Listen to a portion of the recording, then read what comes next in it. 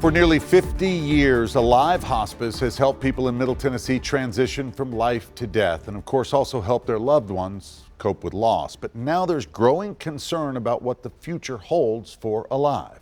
Thanks for joining us. I'm Rory Johnston. And I'm Vicki Yates. There are now rumors that the nonprofit is about to be sold to a for-profit company.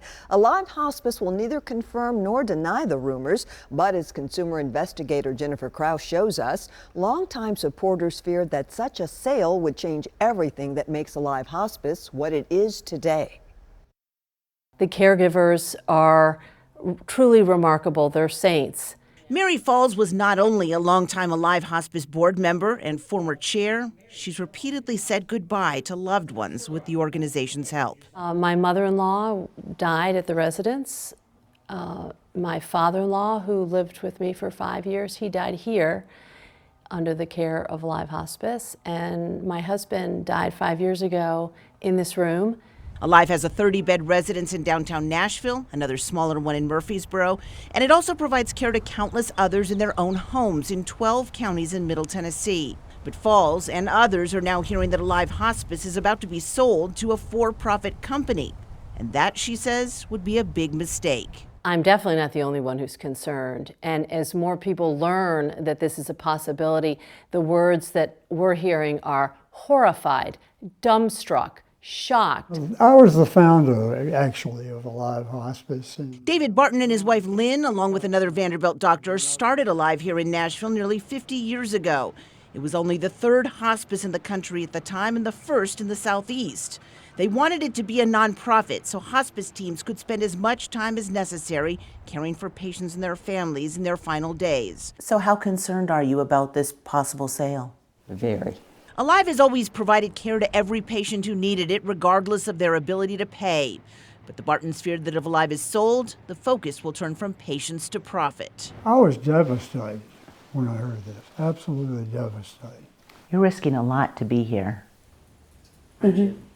Even a current Alive Hospice nurse is concerned enough to speak out. Heather Wills believes for-profit hospice companies cherry pick, if you will, or only take the patients from whom they think they can make the most money. As a licensed registered nurse in Tennessee, now she's sending letters to both the Tennessee Attorney General and could jeopardize patient safety. And her bosses at Alive. Because I believe that this is a public health issue and it's a patient safety issue.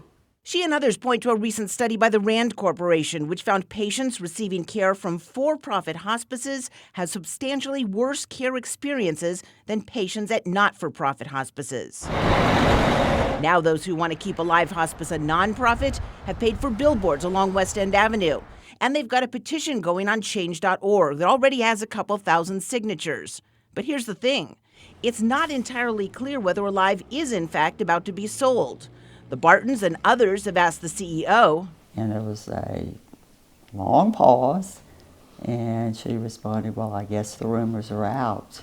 Alive declined our request for an interview and instead said in a statement, we understand people are concerned by the current reports that are circulating and appeal for calm.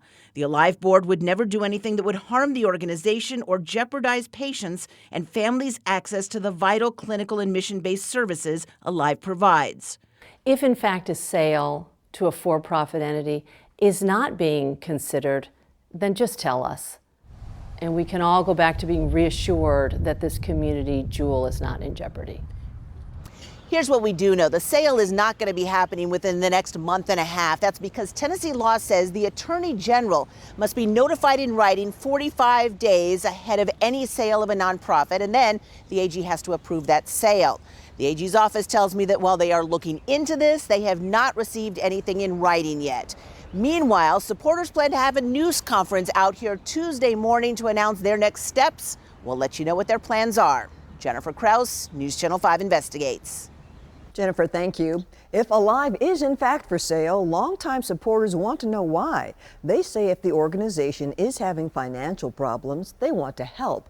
But according to Alive's financial records, which are public, it appears to be in good shape. The other thing supporters fear is that a new owner will sell the downtown residence because the property is valuable. But that location is perfect for Alive because it's so close to the hospitals that send the patients there.